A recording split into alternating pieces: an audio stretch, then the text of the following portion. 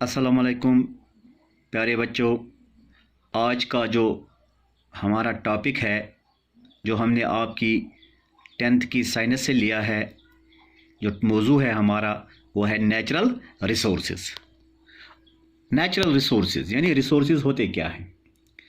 Anything in the environment which can be used is called a natural resource.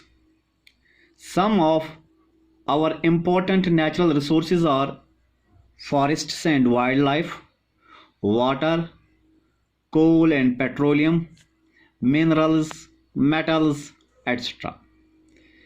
जो कोई भी चीज़ हमारे इस माहौल में मौजूद है और जिसका हम इस्तेमाल करते हैं या जिसको हम इस्तेमाल कर सकते हैं, उसको हम नेचुरल रिसोर्स कहते हैं। ये हमारे पास इसको हम नेचुरल रिसोर्स कहते हैं। जैसे कुछ एग्जांपल्स जो हैं इंपॉर्टेंट नेचुरल रिसोर्सेज की, जंगलात हैं हमारी, जो ये जो जंगलों में जानवर बसते हैं जिसको हम वाइल्ड लाइफ कहते हैं, पानी है, कोल एंड पेट्रोलियम है, मिनरल्स हैं, बाकी चीज़ें हैं, इनको हम कहते हैं नेचुरल रिसोर्सेज। फिर इसके बाद हम देखेंगे कि किस तरह हम इनका इस्तेमाल करेंगे, किस तरह हम इनकी मैनेजमेंट करेंगे नेचुरल रिसोर्सेज की। ये तो हमारे पास हैं, अल्लाह ने दी हैं, लेकिन इनकी कुछ मखसूस तादाद है हमारे पास, लिमिटेड है, तो हमें इनको मैनेज भी करना है, यानी मैनेजमेंट इनकी करनी है।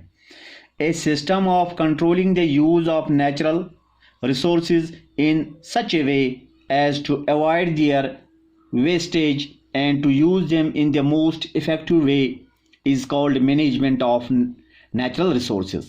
यानी वो सिस्टम जिससे हम इनका कंट्रोल करेंगे, इनका इस्तेमाल इन नेचुरल रिसोर्सेज का, ताकि कोई वेस्टेज ना हो या कोई अननेसेसरी हम अवॉइड करेंगे वेस्टेज इनकी। इस तरह इस्तेमाल करेंगे कि जितना हमें इनका पॉसिबल, जितना भी हम कम इस्तेमाल कर सकें उतना कम करेंगे। तो इसको हम कहते हैं मोस्ट इफ़ेक्टिव वे में अगर हम इनको इस्तेमाल करेंगे तो इसको हम कहते हैं मैनेजमेंट ऑफ नेचुरल रिसोर्सेज। अब सूरत क्या है? Why is to need to manage our natural resources. हमें अपने नेचुरल रिसोर्सेज को क्यों मैनेज करना है, क्या वजह है? हम गुज़ा खाते हैं, हम कपड़े भी पहनते हैं, हमारे पास फर्नीचर है, हम फ्यूल्स लगातार, आप देखते हैं आजकल गाड़ियों का ज़्यादा गाड़ियाँ चलती हैं, हर घर में तकरीबन एक दो गाड़ी भी कहीं कहीं सिटीज़ में होती हैं, तो गाँव में कहीं कहीं हर घर में एक गाड़ी है। जो तबके हैं, ख़ासकर मुलाजिम तबके हैं या बिजनेसमैन है, कहीं कहीं दो गाड़ियाँ भी हैं। तो कितना हमारे पास फ्यूल जलता है, गाड़ियाँ चलती हैं, पानी हमारे पास एक रिसोर्स है, और भी जो हमें चीज़ें, जो भी चीज़ें हमें ज़मीन के ऊपर मिलती हैं, इनको हम रिसोर्सेज कहते हैं। हमें इनको क्यों मैनेज करना है? ताकि हम इनको आइंदा के लिए भी चला सकें।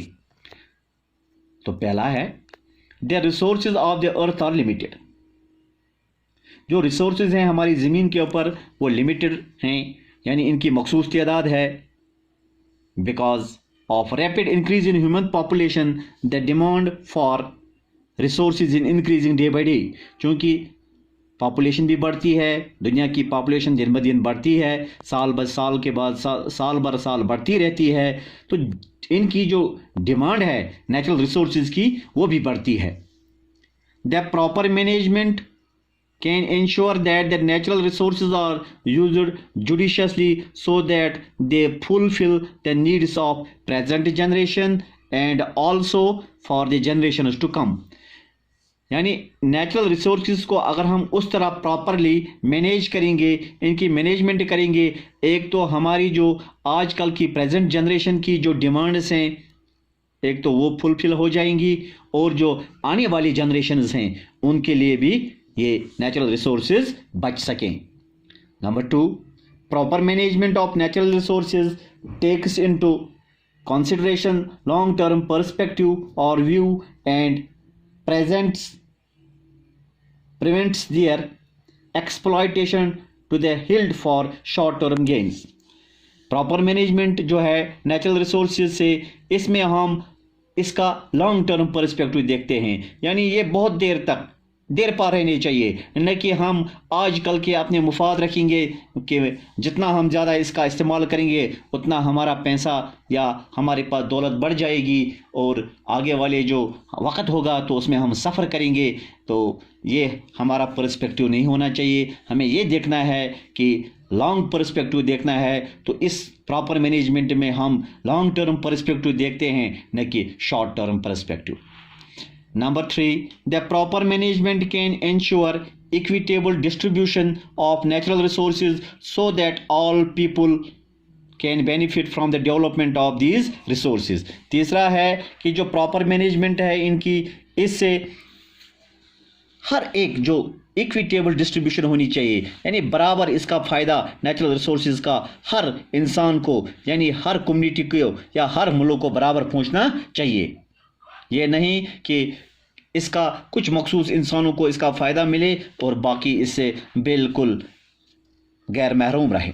Number 4, proper management will take into consideration the damage caused to the environment during the extraction of the natural resources।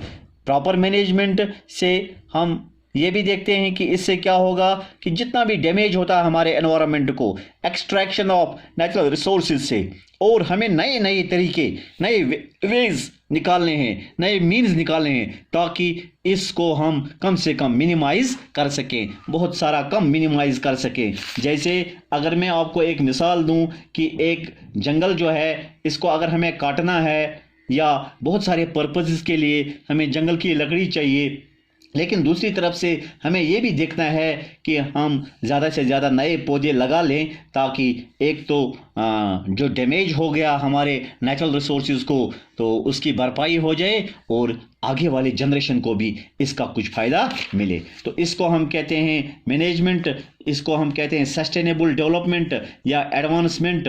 तो इंशाल्लाह आगे सस्टेनेबल डेवलपमेंट के बारे में आगे भी हम बात करेंगे, तो किस तरह हम कंजर्व करेंगे अपने इस एनवायरनमेंट को, अपने इन नेचुरल रिसोर्सेज को। इंशाल्लाह वो अगले वीडियो में बात होगी। तब तक के लिए खुदा हाफिज़।